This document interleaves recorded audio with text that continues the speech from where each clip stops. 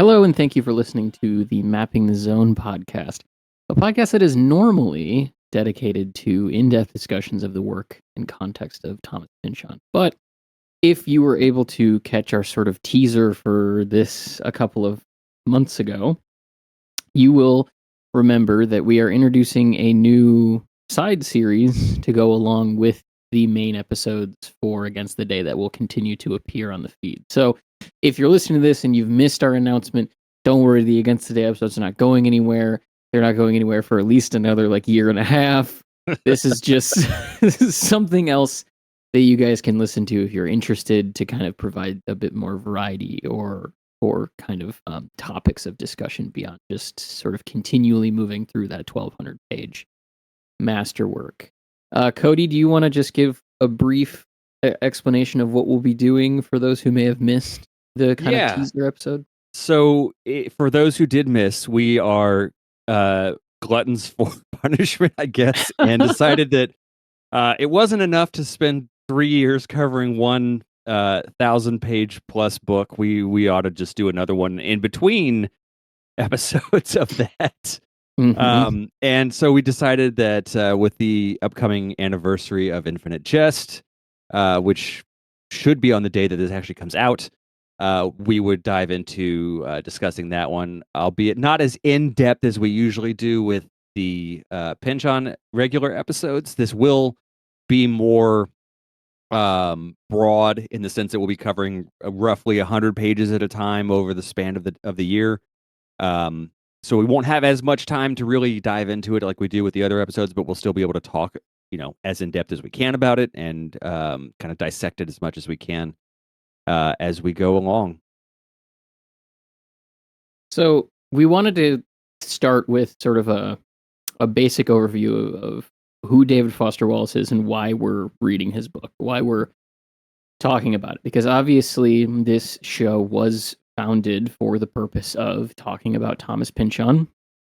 It will continue to be that primarily for several more years until we get through all of his material. So, with the purpose being to line up with that anniversary, kind of settled and out of the way, we wanted to take the first episode of this side series to just talk about the man himself and the work itself before we get into it. And part of this wasn't just to provide some context for the listeners of the show, but also to kind of introduce the book, because in my mind, this is one of those books that it's sort of in a modern canon of literature that is always talked about as being important.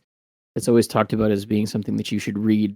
But I don't necessarily think that there is any really solid descriptors of the book itself, what it's about, what it's trying to do, or its author that are out there, to the point where you can listen to some of our takes on this book in different Wallace related episodes that we've done. But what I have said before is that I kind of approach this book because of that kind of canonized status, as understanding that it was supposed to be really quite good.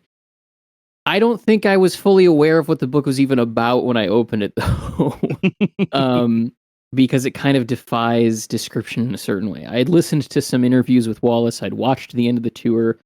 So, I know that drugs and tennis were certainly a part of it, but beyond that, not so much as far as actual information. So instead of just kind of throwing everybody in to the deep end, so to speak, we wanted to give this brief sort of primer on the man himself and his book. So we're going to do that in a couple of different ways to try and break down as easily as we can in sort of an efficient as method as possible for you all as you decide to go on this journey with us or not, of who Wallace is and what his book is about. So, Cody, did you want to get into DFW's bio? Yeah. So I think that's the logical place to start. And this is all just kind of a brief summation of his life, just kind of hitting the main points here. So Wallace was born February 21st of 1962. He grew up in Illinois, graduated from both Amherst College and the University of Arizona. Both of his parents were professors. His father, James, was a philosophy professor. His mother, Sally, was an English professor, which once you've read his work, and especially this one, that makes a lot of sense. Um, the first of his novels, The Broom of the System, was published in 1987 and was essentially just an adaptation and an extension of a college thesis that he had done. Um, that one, I have not actually read that one yet. I keep meaning to get around to it, and I just have not gotten to it. That's Um, interesting. It's very different, but it's that's what I interesting. hear. He hadn't really fully found his own voice yet, and but it was still, parts of it were there. So yeah, at some point I'll get around to it, and I'm sure I'll enjoy it. He briefly worked as an adjunct professor at Emerson College until he moved to Illinois State, working with the English department there. And then Infinite Jest was published February 1st of 1996. I was looking for some interesting other media that had come out around that time, just to kind of give the listeners a sort of idea of the social and artistic landscape of that time. There is too much. I forgot how absolutely stacked like in 1994 to about 1997 was, as far as like art releases between film and music um and literature. So I got to the point where I was like, I either have to do nothing, or this is going to become an episode twice as long, and about half of it would be devoted to everything that came out in that time frame. You have Suffice to some say, highlights? oh yeah, so we had the first double album in rap history. Tupac's "All Eyes on Me" was released that year. Mm, Sleater Kenny dropped an album. You had what was there was some major thing with Maverick Records. I think that's when they bought out part of RCA, and ended up owning the rights to a lot of different music at that time, including the Beastie Boys catalog. Um, there was this just in February. Let's see, we had the Tupac album that came out. Chemical Brothers put an album out at that time. Cibo Motto, which is a great band. If people haven't listened to them, highly recommend them. Um, Albums came out from the Fugees, The Score. That was a pretty damn big album for that time. yeah. Um, Nick Cave put out Murder Ballads. You had, let's see, Neil Young's soundtrack for Dead Man. Great film, great soundtrack. I was actually just listening to that the other day too. That actually works as a really good companion source for Against the Day, for anyone who, like me, has to have music on while they read. That soundtrack works really damn well for that book. What else? What else came out around that time? Of course, Weird Al had an album that came out in that year. Tori Amos put out "Boys for Pele," which I go back and forth on whether that's my favorite of her albums or not. Mhm. It's definitely up there. Sleater Kinney's "Call the Doctor." Busta Rhymes had "The Coming." Neutral Milk's "Hotels on Avery Island," which kind of gets lost in the airplane over the sea, but is still a good album in its own. Guided by Voices had an album that came out then. Bikini Kill put out Reject All American. That's just up to April. And this is just music. I haven't even Yeah. touched the films and the books. So yeah, suffice to say, a lot of good shit came out in that time, and it made me nostalgic for the '90s. I was in middle school at the time, so that was like prime time for me to be into a lot of that music. But Infinite Jest was not on my radar, and wouldn't be for a long time, because I didn't read that until last year, 2 years ago, something like that. Last year, yeah. Yeah. So anyways, to get back on track. So Wallace ended up getting a MacArthur Fellowship in 1997, which puts him in the same company as Pynchon, who got the same award in 1988. He then moved to California in 2002 and died by suicide on September 12th of 2008, leaving the manuscript for The Pale King unfinished at the time, which was then collected and assembled by his editor and put out. And I think you and Johan had a pretty good back and forth on that. And then you had that whole separate bonus episode on The Pale King as well, Yeah. which I read and really enjoyed. I'm gonna have to go back to it again, obviously, at some point, because there was just so much that was going on in there. But it was a phenomenal book. And then just like as far as recent things, in 2012, an ex-partner of his accused him of having been abusive towards her, and others, and more kind of started coming out about that. I thought that should be brought up just in the situation that this kind of thing is still a sort of rampant thing that's coming out, and more of these things are being known. Obviously, we don't have his side of the story on this. And I don't think my I don't want to call it a rule of thumb, but I tend to, with these kind of situations, I have to kind of look at, does that sort of behavior influence their work, their art? Um, and I don't think it does in this case. Like whether what he's accused of happened, um, that's I think something that would have to have been addressed at that time, but obviously it wasn't. So. But I don't think that it informs his work in any sort of significant way. I don't think you can, like, especially with who was it we were talking about the other day, that Saul Bellow, where some stuff Oh, had yeah. come to light about him, and it kind of really shined a light on some of his work and how that those actions that influence his work kind of Specific makes it horse hard to go dog. back. Yeah, kind of makes it hard to go back and reread that work or to approach it having not read it. But I think with Wallace, assuming it's true, it's a horrible thing to hear about, but I it doesn't really impact my ability to enjoy his work separate from him as a person. We all have Yeah. our issues and our flaws, and I'm not, obviously not trying to condone any of that, but I don't think that it bled into his work in any way, shape, or form. Yeah, the kind of abbreviated version that I'll give of my explanation of this that I did in the bonus episode on David Foster Wallace as a whole that we've released is sort of twofold. One, that his wife, Karen Green, seems to indicate in speaking about Wallace that he recognized that when he was younger he had problems with women, in his understanding of you know, women's roles in his life, in society, so on and so forth, and that he really did wrestle with that a fair amount, and that he did seem to accept that he had behaved in ways that were problematic and just plain abusive in the past. So that's one part of it is if his wife is to be believed, which I don't see why you wouldn't, Mhm. he recognized those issues within himself and did work on himself to try and improve. And then the second thing is he wrote a whole book that you can go read called Brief Interviews with Hideous Men, which is very good. And he talked about the composition of that book on an episode of Bookworm with Michael Silverblatt, where he said that really the genesis of that book was that he recognized that there were some negative impulses in his understanding and treatment of women, and he wanted to try and understand why. Hmm. And that was the kind of genesis of that writing project as a whole.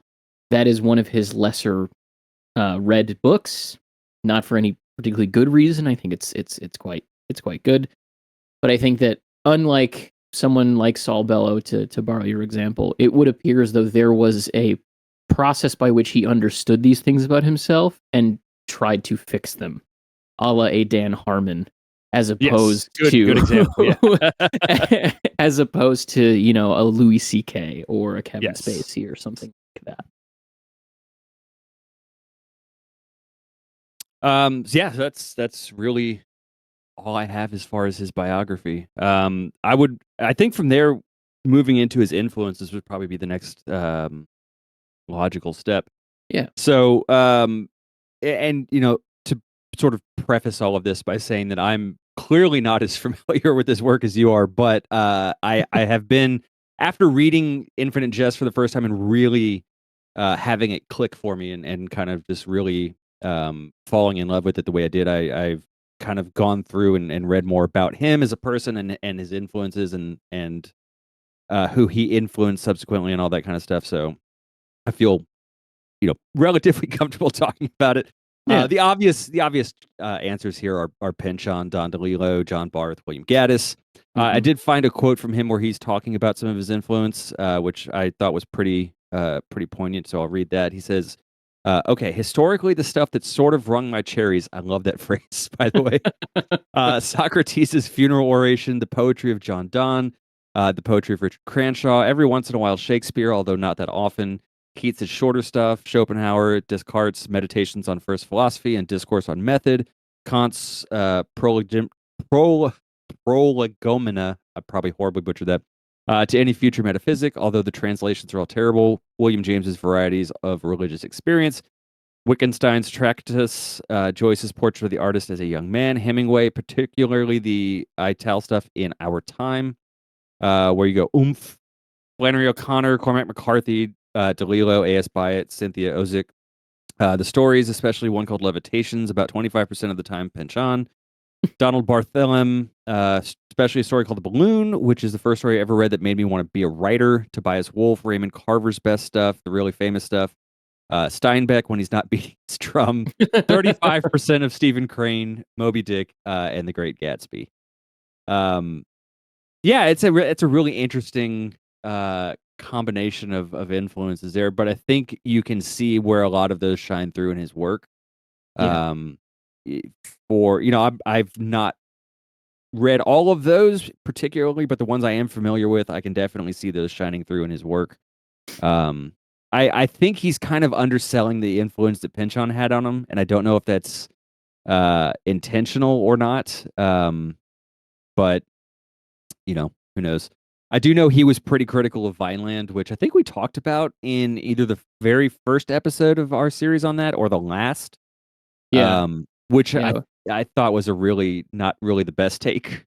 No, pretty bad one. I get he didn't like it, but I think his explanation of why he didn't like it was a little bit undercooked, which is ironic given his criticism of that book. Yeah. But yeah, I think he has a bit more influence from Pynchon than he's admitting to there. But either way, he definitely he has his own voice, he has his own style.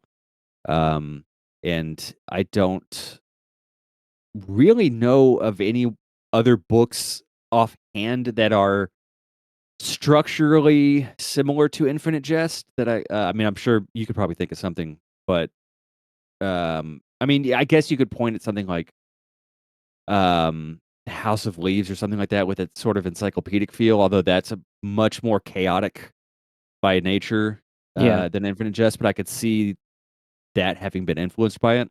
Yeah, there's a debt to Burroughs there with the cut up novels. There's a debt to Barth with some of the ways in which he structured Stories and Lost in the Funhouse. There's a debt to Pound trying to sort of organize poetry into logarithmic functions.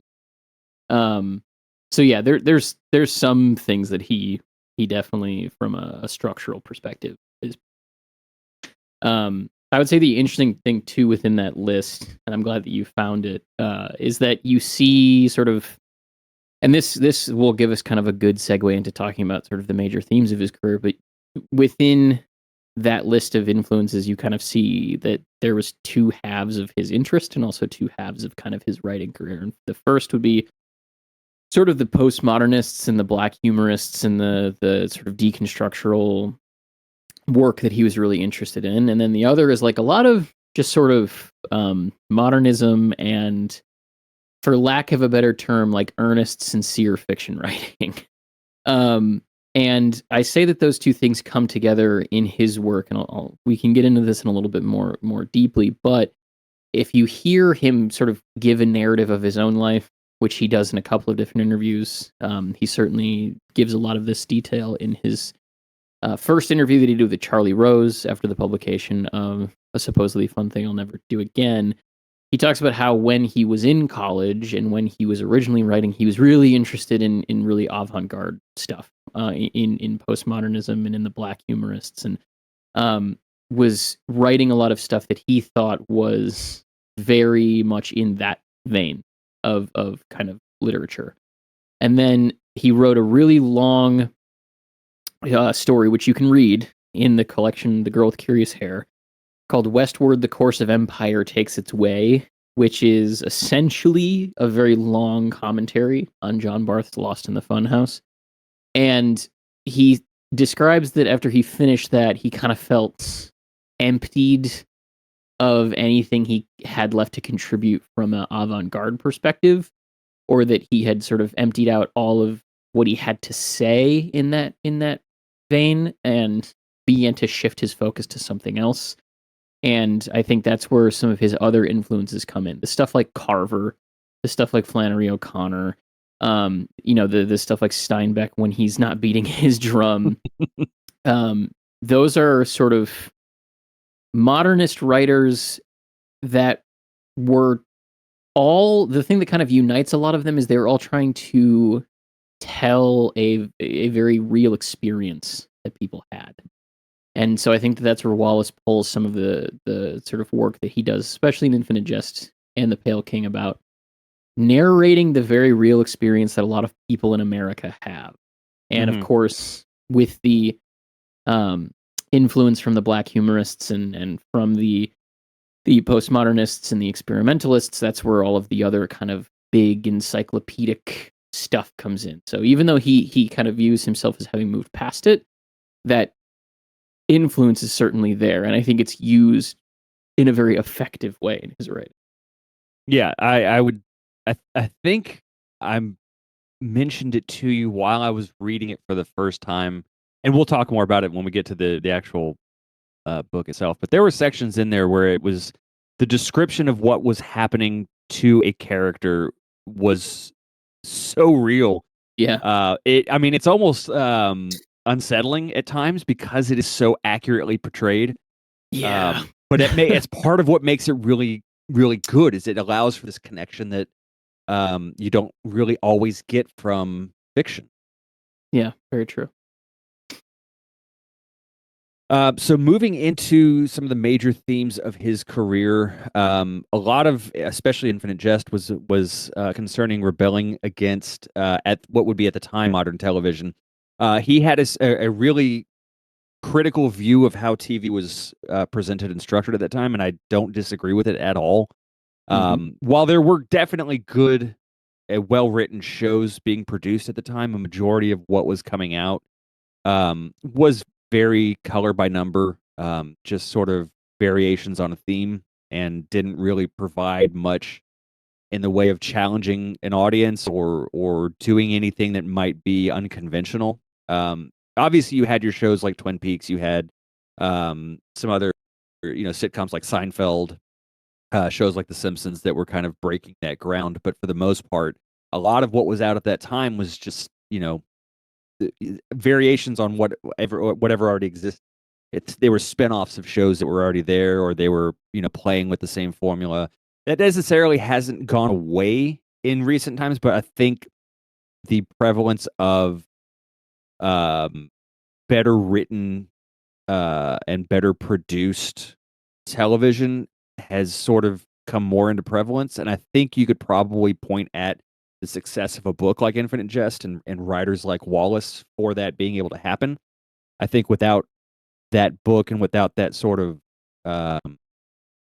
recognition of his work, we wouldn't have shows like Atlanta, Curb Your Enthusiasm, the drama shows like The Wire and maybe like Deadwood and things like that are a lot more ambitious in their storytelling and aren't really afraid to play with structure and narrative and how things are done in a television setting. But I found a really interesting quote from him where he says, "I want to convince you." This is I should back up and say this is from an essay he wrote called E Unibus Plurum Television in U.S. Fiction, which was published in 93. He says, "I want to convince you that irony, poker face silence, and fear of ridicule are distinctive of those features of contemporary U.S. culture of which cutting-edge fiction is a part, that enjoy any significant relation to the television whose weird, pretty hand has my generation by the throat. I'm going to argue that irony and ridicule are entertaining and effective, and that at the same time they are agents of a great despair and stasis in U.S. culture, and that for aspiring fictionists they pose terrifically vexing problems." Wallace is on record, I think, numerous times talking about his love of David Lynch. And I believe he was on the set of Lost Highway. Is that He right? was. Yeah, he Yeah, wrote an essay about it. yeah. So it's clear, and I see a lot of Lynch's influence especially in Infinite Jest and Pale King. That sort of black humor that you were talking about, the unconventional structuring of things, the sort of dreaminess of certain passages that he has. All of that is definitely inspired by Lynch, and it's clear that he admired his work. And like I said, I think that not necessarily just because of Infinite Jest, but I think because of the success of that book and the authors who were able to find more readers as a result of the success of that book, that led to a sort of expansion of those, for lack of a better term, the prestige television shows. Um, but then at the same time, there's always going to be your Big Bang Theories. There's always going to be your whatever the other popular anything on CBS. I think at this point is Yeah. just that sort of cut and dry variation on a theme sort of thing. Yeah. And it's also important to recognize too that what David Foster Wallace was concerned with, not just from a standpoint of television's over reliance on irony and sort of easily digestible material, was also just general consumption as a whole. And that is something that has gone from being kind of transposed on television as onto social media. A lot of what he will talk about in Infinite Jest as we go through the actual book, but then also that he'll talk about in that essay you quoted and in a lot of other writing and interviews of the time contemporary to Infinite Jest is sort of the ease with which one can sit down and consume something like television for hours and hours on end, and how that affects the brain, how that affects your ambition in life, how that affects what your interests are, how that affects your decision making. Um, and a lot of those things that he will talk about in either the book itself or in those secondary sort of interviews and sources that you can go to is a lot more applicable to social media and the internet age. It was just that he was right. He was writing about this concern too early for it to be really, Yeah. for it to be really relevant to the technology that was sort of coming. So certainly when you read those elements or when we get into the television stuff, understand that it was the form and function that he was associated with at the time, but that it is not necessarily pigeonholed to just that type of technology.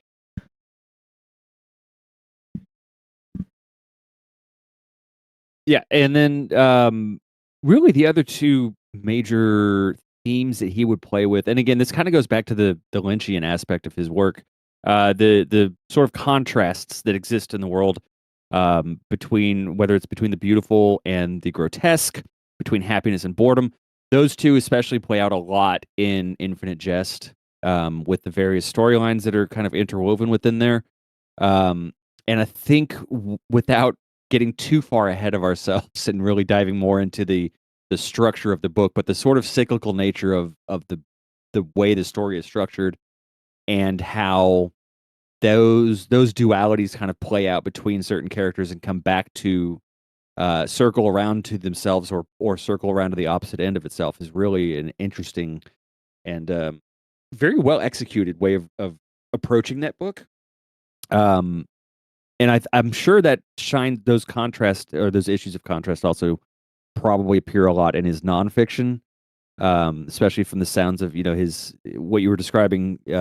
What is it? Brief Interviews with Hideous Men. That sort of self diagnosing or self understanding of previous versus current self and all that kind of stuff. So it's definitely something that he worked with through most of his career.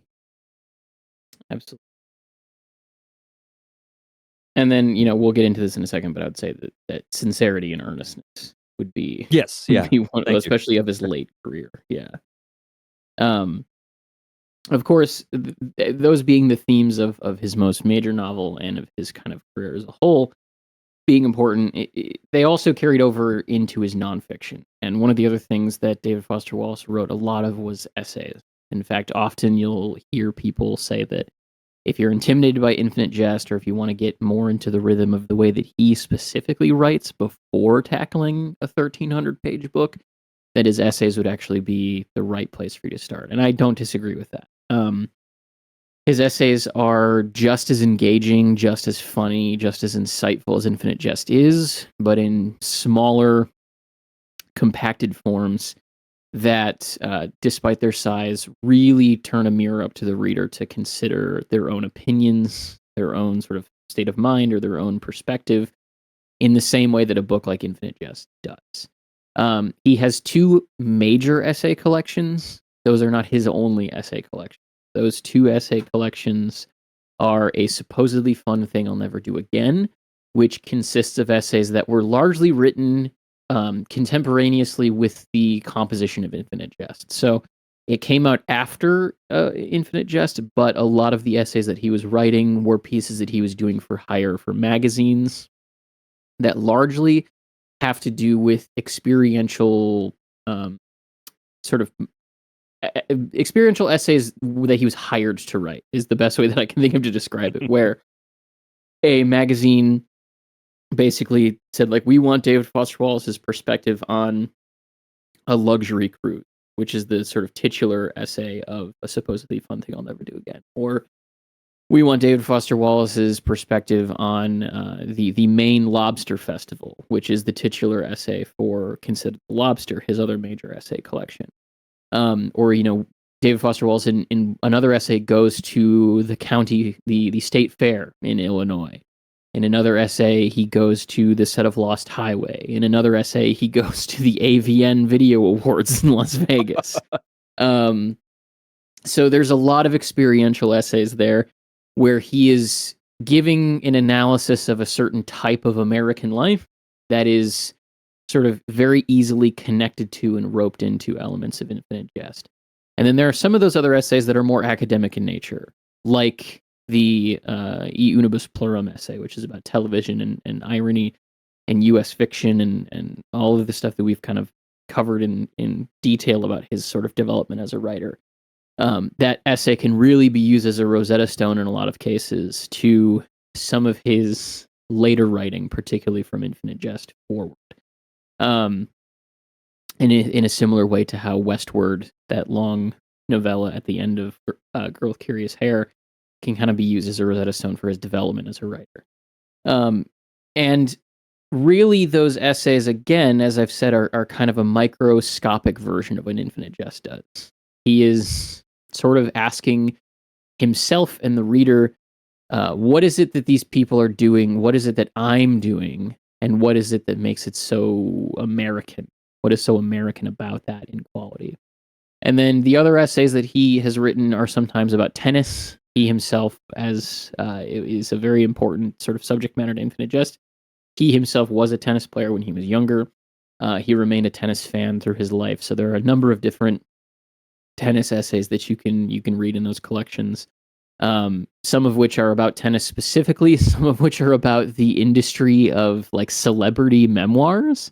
There is one particular essay about, I don't remember her name right now, but he reads a sort of celebrity ghost-written book, that athletes put out all the time, of this one youngish woman who was playing tennis that he used to be like a pretty big fan of, and just it would appear as though his disappointment was so immeasurable that he needed to write a critical essay of it for a magazine is really the way that it comes across. But even in those moments where he's talking about something like tennis, which is not going to be directly of interest to everybody, you still find that he's able to mine some kind of deeper insight out of it. In that case, it's how do these books that are written by celebrities or supposedly written by celebrities even come into being. He's got another one about John McCain. He was not a particularly political person, but as he got older, politics became something that he was more interested in. And that essay about John McCain called Up Simba is very good. It's a very interesting sort of take on John McCain's status as a politician at that time in history. He also has another sort of longish essay that he wrote with Mark Costello about rap music. It's not very good. You can skip that. that might be the one thing that David Foster Wallace has written other than his early philosophical writing before he kind of switched to being a fiction student that I would say is really not worth your time. So if you're looking for kind of a lot of these themes, either if you're just hungry for more after finishing the book once this podcast is over, or if you find the prospect of Infinite Jest kind of a bit daunting, which is totally understandable, those essays, particularly the ones that are collected in Consider the Lobster and A Supposedly Fun Thing I'll Never Do Again, are an excellent place to go. There's a reason why it's such a popular recommendation, and it's a recommendation for very good reason. I kind of want to read the rap thing now. Just as a, is it that bad? Like, it's not racist or anything, but it's very clear that it is an essay on rap music's emergence from, like, urban environments written from the perspective of a white person in the early 2000s. Okay. Like, it just comes across as, like, not necessarily, like, not particularly.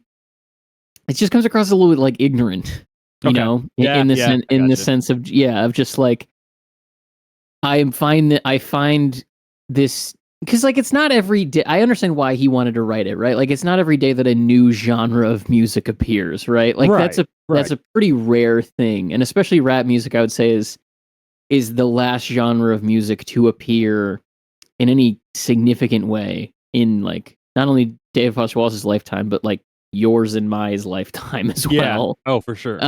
Like maybe something like hyperpop comes along, but that isn't an entire category of music. That's like a subgenre of electronic music. Yeah. So I can understand why, in seeing, like, oh my god, this is like a whole new category of music that's coming along, having like an anthropological interest in that. Unfortunately, it's just I just don't. It's not good. like you know, you don't need to publish everything that you think about. And there are significantly better books or essays about the development of hip hop that have come out since then. Some of which have been written by white people, but most of which have been written by people of color.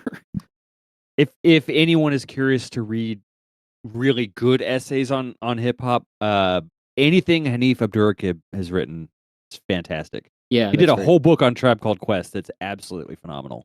Yeah, absolutely true. A lot of the themes that are present in the essays and that are present in Infinite Jest and that have come out of the broader topics that he was interested in writing about, especially as it relates to sort of a vision that he lays out in E Unibus Plurum, has later been called postmodernism, which is a mouthful and absurd in my opinion. So I prefer its other term, which is new sincerity. And I have two quotes here for this. First is going to be kind of his critique of postmodernism, and then the other is going to be kind of what he proposes as the idea of what you could do in its place, that I think David Foster Wallace himself would then go on to do. So these quotes come from this period where he was analyzing, television, and he was analyzing postmodernism, and then also just kind of irony and sarcasm and other sort of literary elements of that ilk. So this first quote is, "For me, the last few years of the postmodern era have seemed a bit like the way you feel when you're in high school and your parents go on a trip and you throw a party. You get all your friends over and throw this wild, disgusting, fabulous party. For a while it's great, free and freeing, parental authority gone and overthrown, cats away, let's play, Dionysian revel. But then time passes and the party gets louder and louder and you run out of drugs and nobody's got any more money for drugs. And things get broken and spilled, and there's cigarette burns on the couch, and you're the host, and it's your house too, and you gradually start wishing your parents would come back and restore some fucking order in your house. It's not a perfect analogy, but the sense I get of my generation of writers and intellectuals, or whatever it is that it's 3 a.m., and the couch has several burn holes, and somebody's thrown up in the umbrella stand, and we're wishing the revel would end. The postmodern founders' patricidal work was great. Patricide produces orphans. And no amount of revelry can make up for the fact that writers my age have been literary orphans throughout our formative years. We're kind of wishing some parents would come back. And of course, we're uneasy about the fact that we wish they'd come back. I mean, what's wrong with us? Are we total pussies? Is there something about authority and limits we actually need? And then, the uneasiest feeling of all, as we start gradually to realize that parents, in fact, aren't ever coming back, which means we're going to have to be the parents. So, to kind of put that in a more digestible context, postmodernism, people like Pynchon, Gaddis, Barth, DeLillo to a certain extent, and Coover, people of that era of the 60s and 70s, the black humorists that deconstructed the concept of even what a novel could be in a lot of cases. Gaddis wrote J.R. J.R. is a book that is entirely in dialogue. there's not a single descriptive element of that book. It's all dialogue. Pynchon, sort of with the creation of the mega encyclopedic novel. A lot of DeLillo stuff where he's deconstructing real history, similar to Pynchon. A lot of these people offered a critique that was necessary. As a fan of postmodern writing, I'm by no means saying that this stuff is all worthless. But what they did was they provided a critique to elements of culture and history that had reigned supreme for a long time, that, things were great. It's all been the Gilded Age. The modern world is beautiful and perfect and is built on good structures and good foundations. And look at how easy it is to get a job with a white picket fence and your kids and all of that kind of mentality of an Eisenhower America that kind of started with the development of the Industrial Revolution. A lot of these people were interested in poking holes in that, rightly so, and in critiquing and introducing irony and sarcasm and for lack of a better term, like sardonic writing as a whole. And then they were also interested in deconstructing how these things are created. And I think that authors like Pynchon do, especially in their later work, provide counterpoints to the critiques.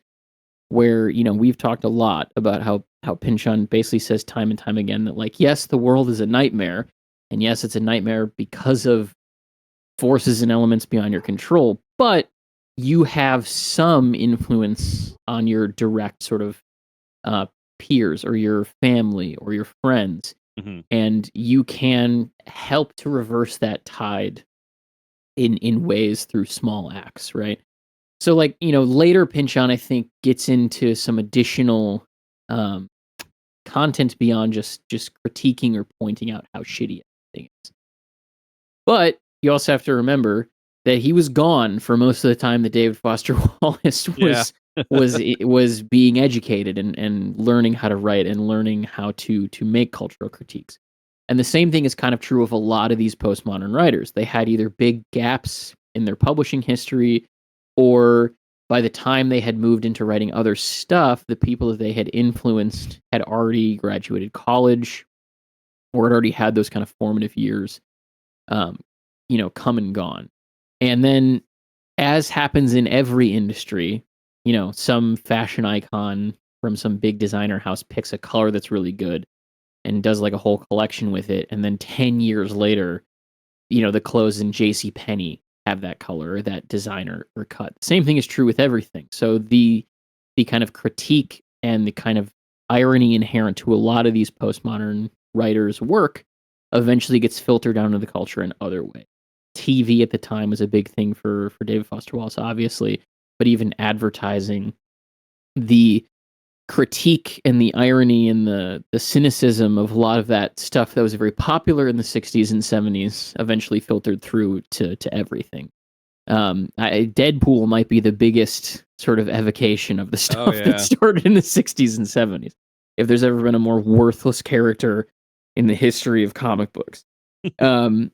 But, it was reaching a point where it was just, poking fun or poking holes in things without providing any sort of counterbalance, without providing any sort of replacement, without actually helping anybody figure out how to reverse the tides of that, or to make meaning in their life. Like, you can be sarcastic and you can be ironic and you can point, at things and poke fun at them, of course. But if that's all you're doing constantly, eventually you're going to become pretty empty, because a lot of that stuff is really devoid of meaning in a sense that it doesn't replace anything. It just tears down what's already there.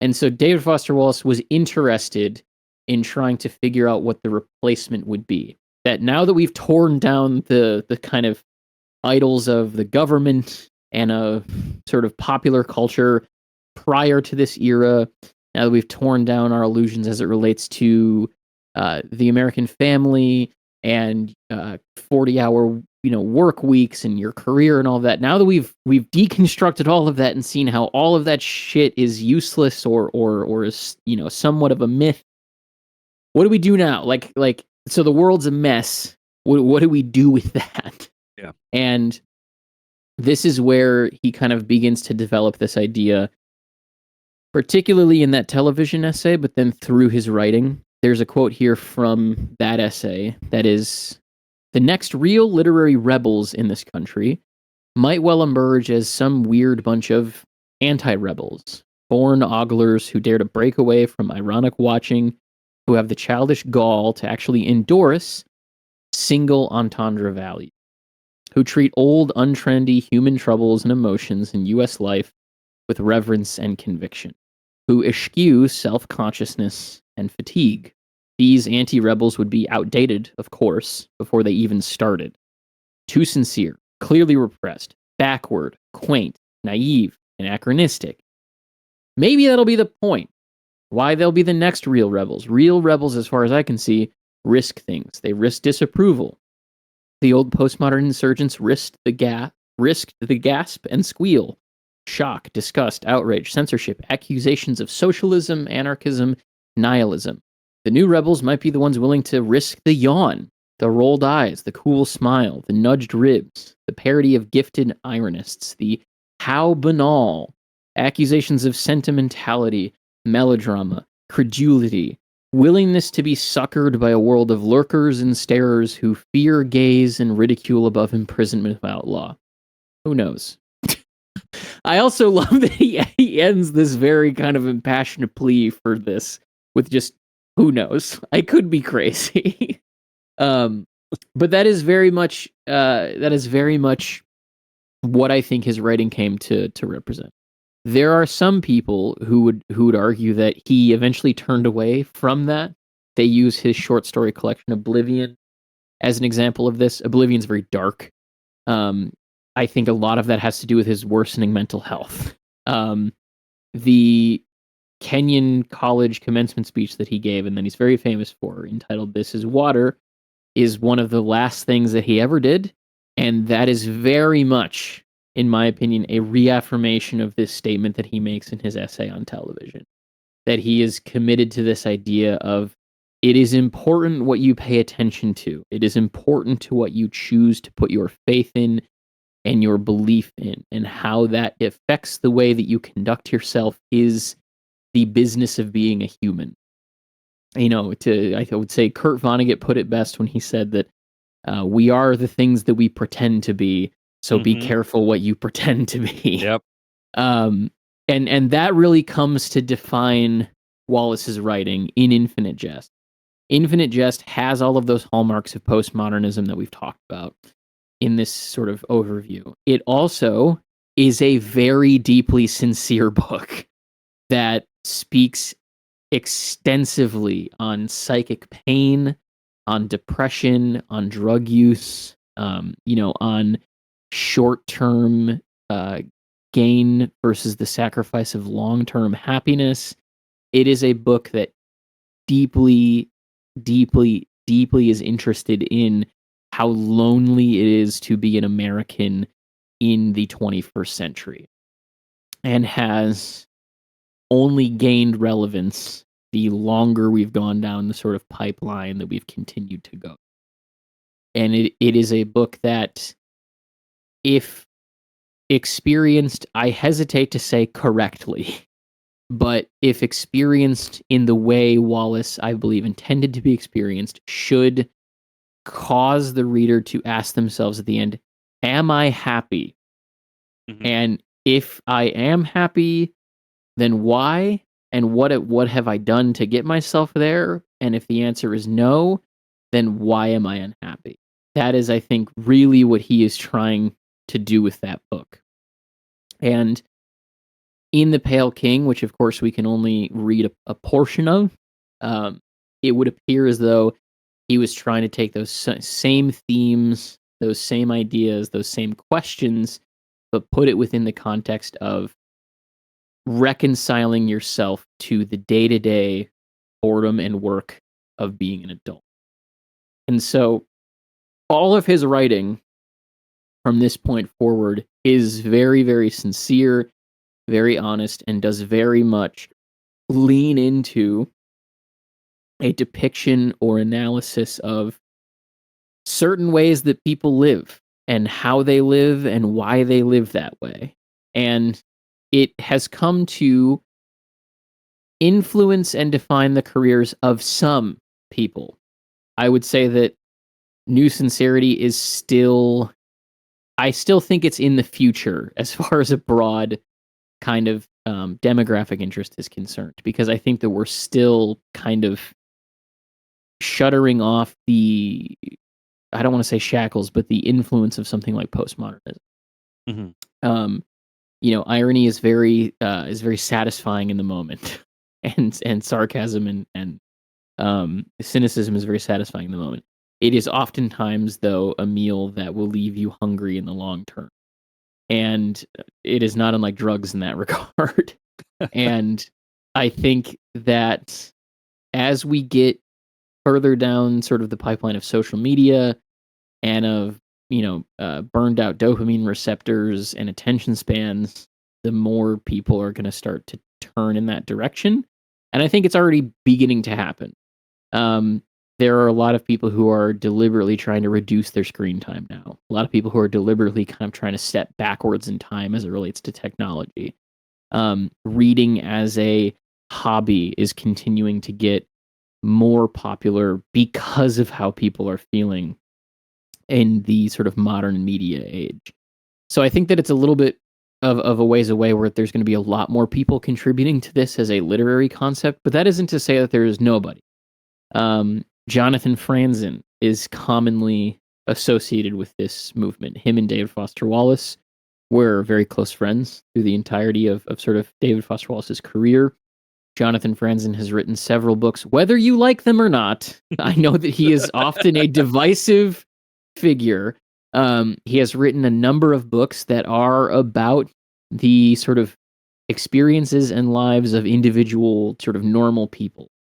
The Corrections is a book about a just sort of normal family experiencing a crisis. Crossroads, his most recent novel, is about just sort of a one singular couple living their life at a particular moment in American history. Freedom, his most famous book, is also about things that are on their face pretty banal, bird watching and domestic living in America. Marilyn Robinson has sometimes been associated with it in her books like Gilead, that are about family dynamics and sort of intergenerational, not always trauma, but intergenerational experiences and how we pass things down from one generation to the next. Zadie Smith, I think, is a perfect example of a contemporary writer who does this, where she is just very interested in analyzing why people do what they do. And Zadie Smith is very open about her influence a lot of influence coming from David Foster Wallace. I don't have the quote to hand, but I think that at one point she said that if there is any one singular author who has influenced her worldview more than any other, it's David Foster Wallace. And her books are excellent, that I would highly recommend everyone read. Dave Eggers is another one who is often associated with David Foster Wallace and New Sincerity, and for good reason.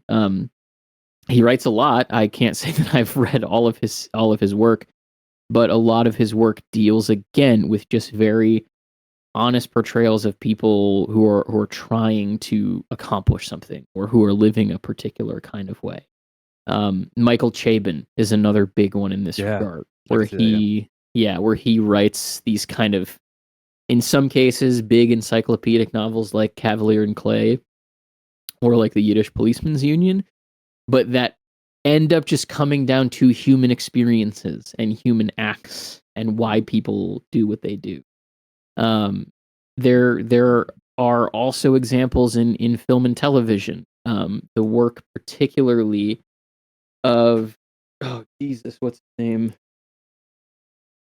Of Michael Schur, who wrote his graduate thesis on David Foster Wallace and Thomas Pynchon, and actually holds the film rights to Infinite Jest. He bought the film rights to Infinite Jest specifically so that no one would make an Infinite Jest. I was going to ask if that was why. that is the entire good for him reason why he did that. His work, whether it be his early writing that he did on some episodes of The Office, is certainly tinged with that sort of perspective. But I would say particularly The Good Place, a show that is funny and is a little bit deconstructionist, but still is at its heart a show about moral philosophy and about why people make the decisions that they make and kind of what binds us together as human beings. So there are individual examples of this that you can find. I think a big resurgence in I don't like the word, but autofiction can also be traced to New Sincerity or postmodernism. It's a case where these younger writers who are being put into that kind of camp of autofiction are often writing about their own experiences or about what it is like to try and be a human right now in this present moment and how challenging that can be. As a random aside, what the fuck does autofiction mean? Is Proust autofiction? Like Good question. Like legitimately. I don't like this idea that has come up, especially in the last like 5 to 10 years, that writing autofiction automatically means that like the stuff you're writing is sort of like puerile and not as good as other stuff. People writing about their own experiences in life has been a thing since someone first started writing a novel. I mean, if someone's own personal life doesn't color the things that they're writing about, I don't know what they're doing. I'm sure that whoever originally wrote down the Epic of Gilgamesh put something in that from their own life. That's just what it means to be a writer. So that is sort of the broad outlines of his philosophy as a writer and what came to kind of become identified as distinctly Wallesian from a philosophical perspective. There are obviously styles of his writing that you can point out as far as grammar, as it relates to composition that are distinctly Wallesian, but I think that especially his late career after Infinite Jest, that's really what he's all really concerned with. And when it comes down to that kind of turning point with the composition of the novel itself, it's interesting because he had reached a point in his career where he didn't have to worry too much about the kind of publish or perish kind of paradigm of being in academia, because he was a college student or he was a college professor at the time.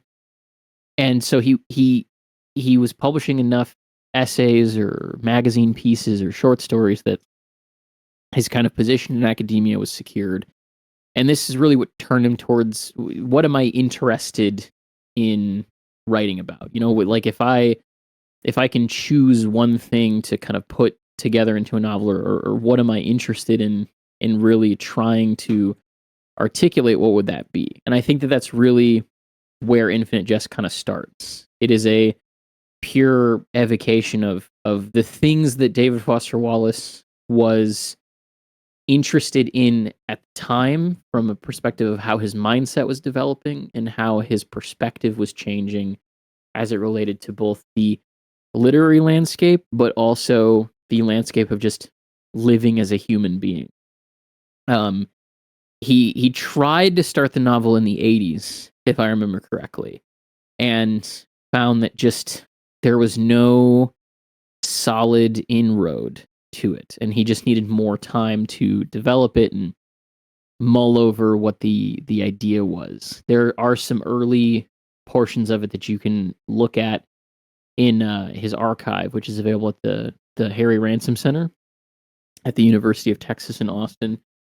And it isn't really until the early '90s that he really gets going on the book, and it isn't really until almost 1994 that he has like a working draft of the novel. It's around the end of 1993.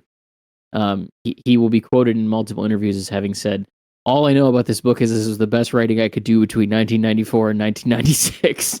In trying to describe some of what the book itself was about. And a lot of excerpts got dropped in various journals, of course, sort of a lot of the standard places that these go to. Harper's, the New Yorker published a piece of it. Conjunctions, that was an old magazine that I wish was still around because they published so much interesting stuff. The Iowa Review, things like that are places where he initially dropped chapters of it, and hype around the novel began to build in a very real way. Eventually, when he finished his first draft, it was, if I'm not mistaken, 16 or 1800 pages long. Yeah, it was very, very, very long. Evidently, from that original draft that he turned into Michael Peach of Little Brown, there were whole characters and subplots that just got cut. Then that it either was, defined as being unnecessary, or that could be cut without any kind of overall effect on the overarching structure of the book. And so Michael Peach would edit not just this book, but pretty much most of the rest of his long fiction after that. The two of them had a very, very good relationship. Although apparently what happened when he turned his first draft of it into Little Brown is Michael Peach told him, like, this is excellent. This is maybe one of the best books that I have ever read. However, we do need to make it shorter. But I want you to know that I think this is a work of genius. And in multiple different interviews, David Foster Wallace has described the process by which they cut the book down as being incredibly excruciating and involving several letters back and forth between the two of them over why specifically does this need to be cut? I need you to explain to me why it is that this is unimportant. And then Michael Peach would tell him, and then he would say, well, I actually think this is very important for XYZ reason. And then it would go back and forth and back and forth and back and forth like that until eventually David Foster would say, okay, fine, we'll cut it. I guess it's unnecessary. And apparently they did this until, up to 400 pages of material were cut. There are some sort of, I don't even know what to call it. Like, there are some people who have posted on forums or written articles about how they were friends with David Foster Wallace and he gave them a look at the manuscript before it was published, and so they have some insight to what was cut from those 400 pages. I don't think that's a particularly interesting thing to think about. So, just know that it was longer. It became shorter through the normal kind of editing process that any of these books come out with. And eventually it is released in 1996 to as pretty much instant acclaim. It was something that was not only marketed heavily before it was released, but by the time it actually came around to being released, it was an event in a way that I would say that the closest thing that I've seen to that in my lifetime is James by Percival Everett. You would think that book is a psyop based upon the amount of awards that it won and based on the amount of people that you see reading it on the street and how much acclaim it got. It was an event like that. Uh-huh. I tend to agree with Stephen Moore when he reviewed it in the Review of Contemporary Fiction and called it a profound study of the postmodern condition. I think that is a excellent description of that book as a whole. There are some critics, as with anything, that gave mixed opinions on it, but broadly, it was a massive success, and people instantly sort of saw it for the work of genius that it was. And he would go on a very long sort of book tour for it, and by the time he had finished that up, it was expected to win sort of every major literary award of the year, and it won none of them. I still don't entirely know how. But the fact that it didn't win the Pulitzer, it didn't win the National Book Award, it didn't win the Booker, it didn't win any of these huge prizes is very, very unexplainable to me. I would guess that it didn't win any of them for the exact same reason that Gravity's Rainbow did not win the Pulitzer Prize. And it was because most of the people on the jury didn't read it, or at the very least didn't read it in its entirety. Unreal. Fucking unreal. I hate this shit. It is pretty crazy. As far as like one other note on its composition, he initially had a very specific idea for the cover in mind. And it was meant to be an image of Fritz Lang on the set of Metropolis directing a group of extras. It is unclear what photo specifically, but there are not that many photos of the set of Metropolis, much less Fritz Lang directing on Metropolis. So there are a couple that people have tracked down where he is sort of standing on a stage, yelling out of a very comically large bullhorn, and there's sort of a group of people kind of collected, clamoring up at him, or stood sort of in formation, listening to his instructions. The fact that nobody has released a subsequent edition with that photo used as the cover is a source of great consternation for me. Because David Foster Wallace hated the clouds. He didn't think they really had anything to do with the book. I understand. It does feel just sort of like a random choice. But it does tend to be what continuously is used as the cover for the book. And I think that I understand why he wasn't granted his request at the time of original release, because, oftentimes authors don't get to do that unless they're like Stephen King. Yeah. But, especially in the wake of his passing and the continued import of the novel, feels like you could give him that one. Right, especially for like the anniversary now. Like, come on. Yeah, exactly. Exactly. I mean, they even did like a cover art contest for the 25th anniversary edition. And not only did they not just choose that, but I think the one they ended up choosing was the least interesting of all of of the applicants that I saw turned in. So yeah, that's sort of just a little bit on the composition of the book. One of my favorite kind of comments from Michael Peach on the composition of the book that he said to David Foster Wallace that David Foster Wallace then relayed in an interview is apparently one of his first reactions to the book was that he said it felt like an object that had been dropped from a great height, in reference to the structure, and then it was like a shattered pane of glass, which I think is just an absolutely perfect way to describe the way that book is sort of laid out, if you're not going to use the actual geometric shape that it's laid out in. So yeah, that's a bit about kind of his philosophy as well as the composition of the book that we're going to be talking about. It has not been adapted, but it has been tried, right, Cody? Yes. So I learned some rather interesting attempts to do this here. So British playwright Ken Campbell, who actually is a pretty big name in the theater world, or I should say was. He died in 2008. He had so he I should back up and say this is the guy who I think we talked about this at some point. Tried or not tried. He did adapt the Illuminatus trilogy for stage in the 1970s. Oh, interesting. It was a 9-hour play. Don't know that I have the patience for that. I couldn't even finish the book. Um, but he did it, so good for him.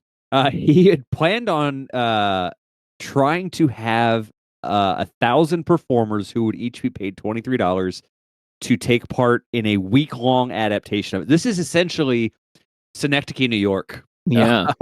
If it were Yeah. done in real life and was an adaptation of Infinite Jest. It obviously, I don't think you could feasibly do that. It would be really interesting. I think it would almost be more interesting and I'm kind of curious now that I've made that connection, like how much of Synecdoche, New York is actually maybe inspired by that attempt to create such a massive interpretation of something as a living artifact. I don't know. Anyway, so yeah, it didn't happen, obviously. But then a German theatrical company called Hebel am Ufer produced a 24-hour avant-garde open-air theater adaptation in 2012. Not sure if there's any actual like video of that. I kind of doubt it, given the runtime of that. But that would have been an interesting thing to see. Finnish radio, YLE adapted it for radio in January of 2023. They broadcasted over 6 episodes. I kind of think that might be the only way you could pull something like that off is to do it as an audio sort of thing. But even then, knowing all the end notes and the errata and all that kind of stuff, like that's where I'm like, I don't know. That would be really hard to pull off. But then there's actually a really interesting fan-made trailer that came out in 2024 that you actually sent my way Yeah. not too long ago that was actually really kind of cool Like, not and bad. really kind of worked. But again, it's only a 2.5-minute thing, so I think that's a big reason why it worked. But it was very well done. I Yeah. will have a link to that in the show notes for anyone who's interested in watching that. It was very, very well done. It really felt like early YouTube to me in that Yes. the acting in it is not particularly good. But it is very clearly something that is made by a group of people who just love this one particular thing. And it is actually the cinematography in that trailer is actually quite surprisingly good. Quite excellent. In a way that the acting is not always. But I was in all of my sort of autistic obsession with this book and David Foster Wallace, I somehow had not come across that until I had sent it to you. But yeah, I want to end that part of this by just saying that I don't generally like to dismiss something as being unadaptable, but I Mhm. don't think this is an adaptable novel. I No. think it has to be left in the format in which it exists. And that's okay. I think that's where people get tripped up, is that they think that if it's not something that can be adapted to a different medium, it's not worth the investment of time. And I highly disagree with that. I think that some things are just meant for the medium in which they're produced, and they just need to be left there. Yeah. I know that's not how society and how the Hollywood machine works, but I just, some things are just better left untouched. Yeah. And I think part of that are some of the sort of major themes of the book, which maybe you can get into a little bit. I think that, you can film individual scenes, but so Sure. much of that book is directly analyzing different elements of history or different elements of the history of one particular character's life, or is an evocation of like an internal monologue that makes it hard to adapt things thematically to a film medium. I'm sure, for example, there's a Decemberists music video that adapts the Eschaton game. I saw that. Yeah. Yeah, That was that interesting. music video is actually directed by Mike Schur. Oh, okay. Well, that makes sense. Yeah. So like that is it's a very faithful reproduction of the scene. it does not tell you anything that scene tells you in the book itself. Yeah. So I think when it comes to the actual themes of the book, that is the hardest part of it to really get across in trying to tackle an adaptation. Yeah, and especially one that touches on as many different themes as it does.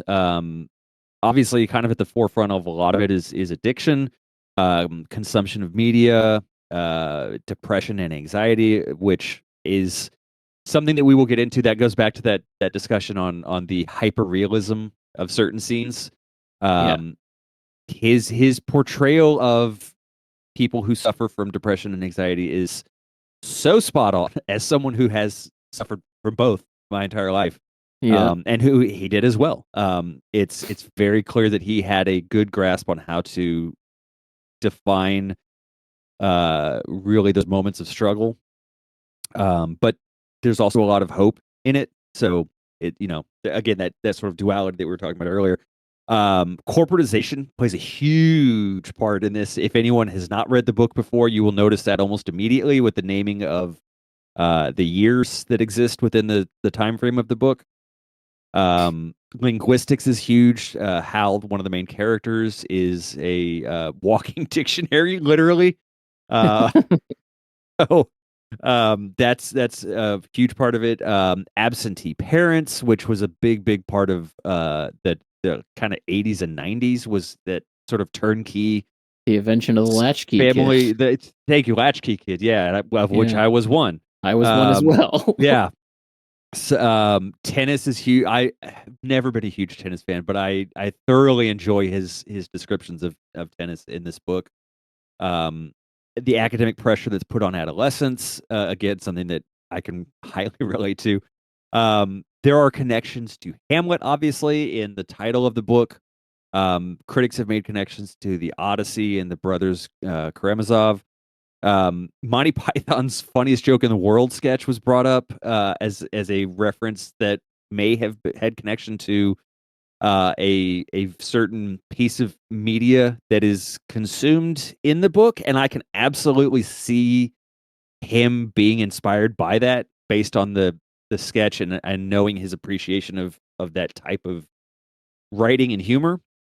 It would not surprise me at all if that played a very vital role in his sort of working the way that scene or scenes played out. And then Robert Nozick's Experience Machine, which I was unfamiliar with coming into this episode, but read about it a little bit. It's really interesting. It's essentially an attempt to refute ethical hedonism by imagining a choice made between everyday reality and an apparently preferable simulated reality.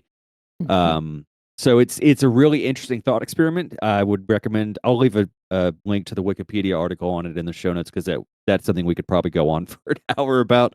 But it's really interesting, especially in context with the book and what it's working with and how it's exploring these characters. It makes a lot of sense that would be a huge influence on it as well.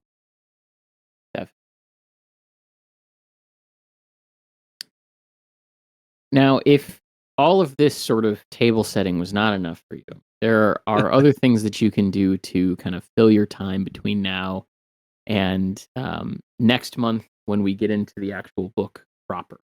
There are a number of interviews that are available for you to listen to on YouTube.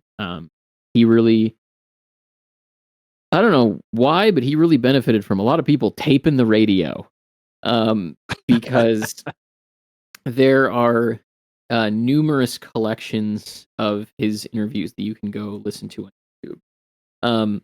The most famous one that I would always recommend people start with before even getting into the interviews would be the recording that someone made of his commencement speech at Kenyon. This is Water. I think that This is Water is something that it's not only just like the best commencement speech I think anyone will ever give, to the point that a college professor at a liberal arts university here in Wisconsin was going to be giving the commencement speech to the university that she actually teaches at, and was asking her friends on social media, like, does anyone have any ideas for like good commencement speeches to listen to? I've already listened to This Is Water. Like preempted it before anyone even suggested it. So it's not just a great speech, but it's also, again, just like a really good evocation of his philosophy that he is attempting to use his writing, starting with Infinite Jest, to be about. But from there, there's an excellent interview that he did with Charlie Rose in 1997 that gives you all sorts of insights into his development as a writer, into the composition of Infinite Jest, and kind of what he was interested in doing at the time. His final interview that he ever gave in 2003 is also something that you can watch.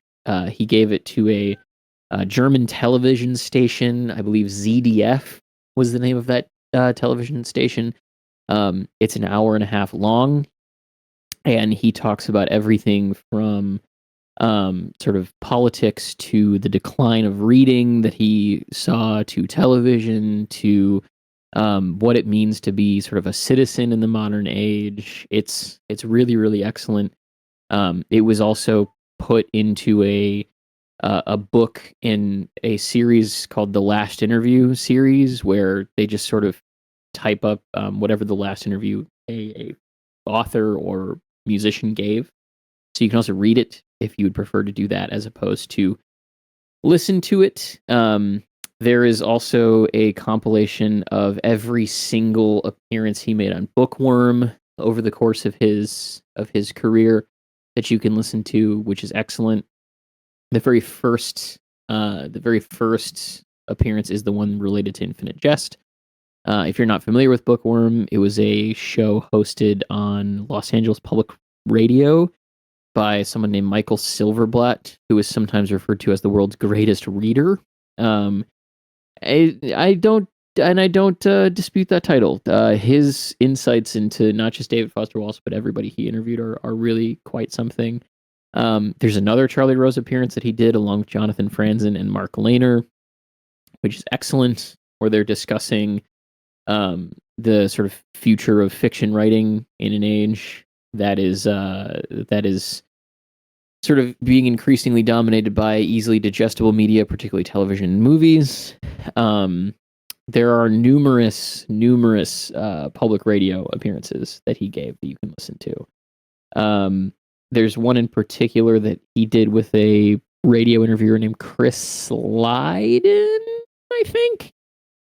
It was during the Infinite Jest tour in '96, where that interview, I think, really gets to the heart of like why it feels like his generation is so sort of lost or scattered in its motivation.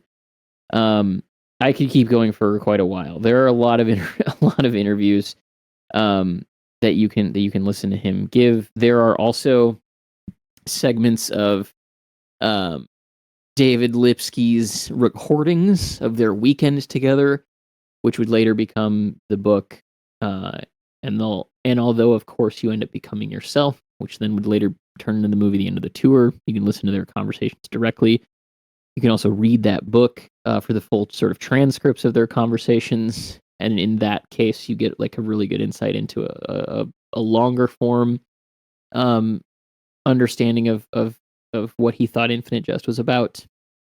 And in the sort of more modern era, after his death, there are a couple of different places that you can kind of go. There is no companion book for Infinite Jest directly. So, kind of like what a friend of the show, Brett Biebel, did for Mason and Dixon, that doesn't really exist for Infinite Jest. But there is a Cambridge companion that you can purchase to not Infinite Jest, but David Foster Wallace's work as a whole, where they are really trying to, with the essays in that companion, analyze sort of how we are living in a world that David Foster Wallace envisioned, which I think is particularly germane to Infinite Jest. That was sort of his biggest evocation or analysis of the world that we are living in now. You can also read a number of quarterly. I think it's quarterly. There's a David Foster Wallace Society now, where people write essays on Wallace, and they put out a journal that you can read. They have a convention every single year, and there are numerous essay collections that are put out by different university presses. I don't want to claim to be like the world's foremost expert on David Foster Wallace, but in my experience, a lot of the essays that I have read on Infinite Jest and on his work as a whole are okay. I think the Cambridge Companion is excellent. I think a lot of the work that they're trying to uncover in more so how he was kind of in many ways a prophetic writer is a lot more interesting than some people's interpretations of his career, particularly his late career. As I said, there's a lot of people now who kind of believe that he abandoned the new sincerity idea, and all of the essays related to that I think are a real load of crap. And it also it makes up a good chunk of some of that academic material. So, um, since he is still a contemporary writer, I mean, this book is only 30 years old.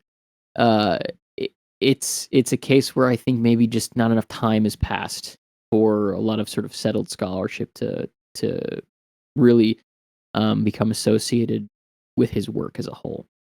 Um, so that's kind of the other directions you can go. Of course, you could do none of that, and if you want, you could just listen to this podcast and just get my thoughts unfiltered into your ears.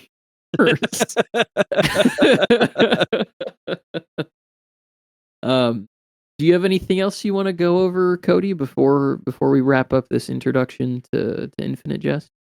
No, other than to say that I'm really excited to get back into it.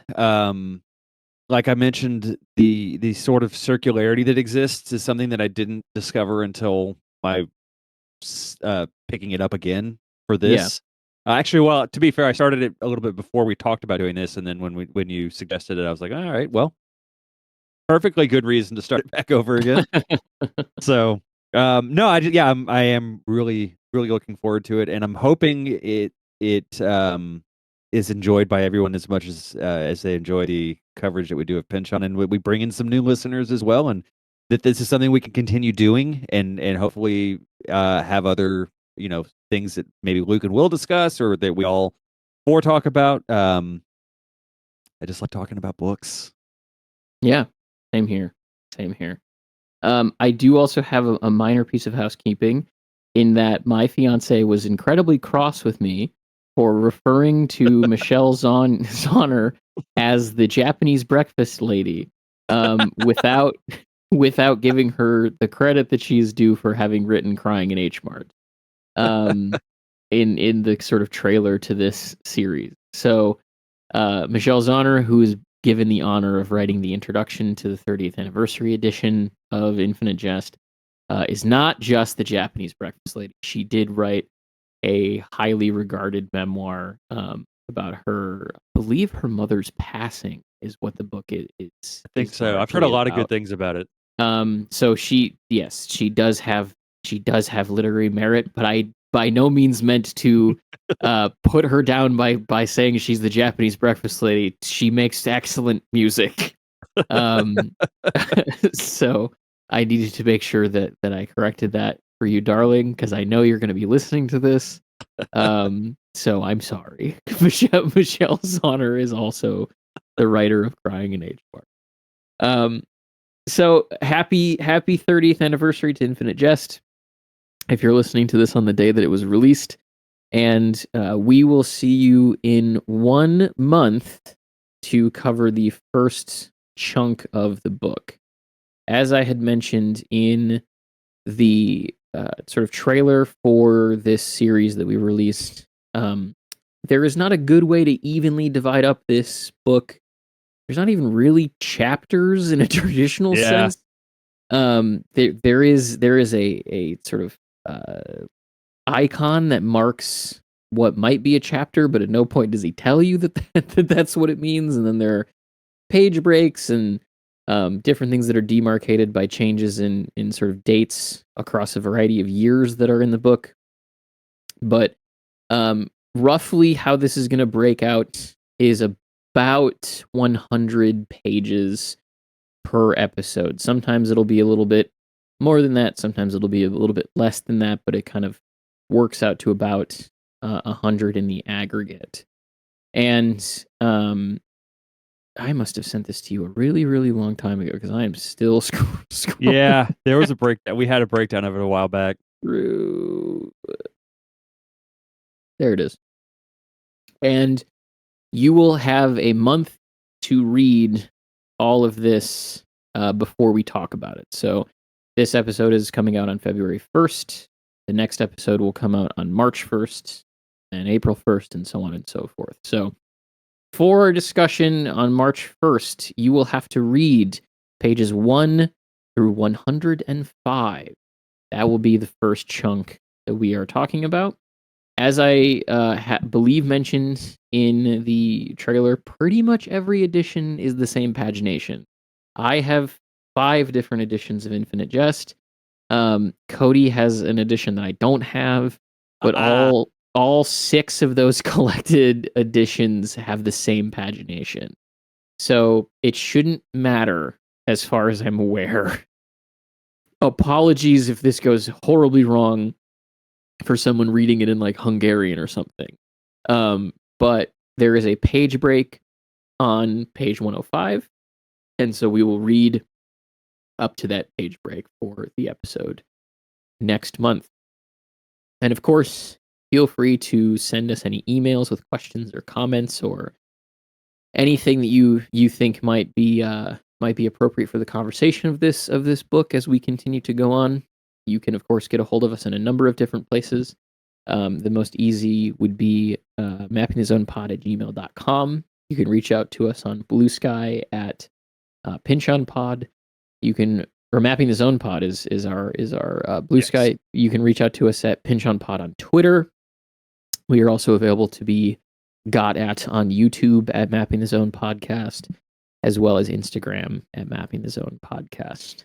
If you think our show is worth $1, we would love to have it. Please do consider donating to our Ko-Fi. Just any money you give to us will directly go into paying for the hosting of this program, and of course, all of the episodes of the Pinch On seasons that we've done. It will go to pay for those costs there, but then any other sort of surprise costs like upgrading equipment for recording and paying just anything it takes to keep this show running. Another way to support us, if you want some merchandise in exchange, would be our spread shop, where you can get Mapping This Unrelated t-shirts and stickers and mugs and all sorts of fancy trinkets there. Maybe we'll do something for Infinite Jest to throw on the shop. We've talked about the book enough. So yeah, those are the different ways to get at us and to support us. So until next month, thanks for listening. Bye. Bye.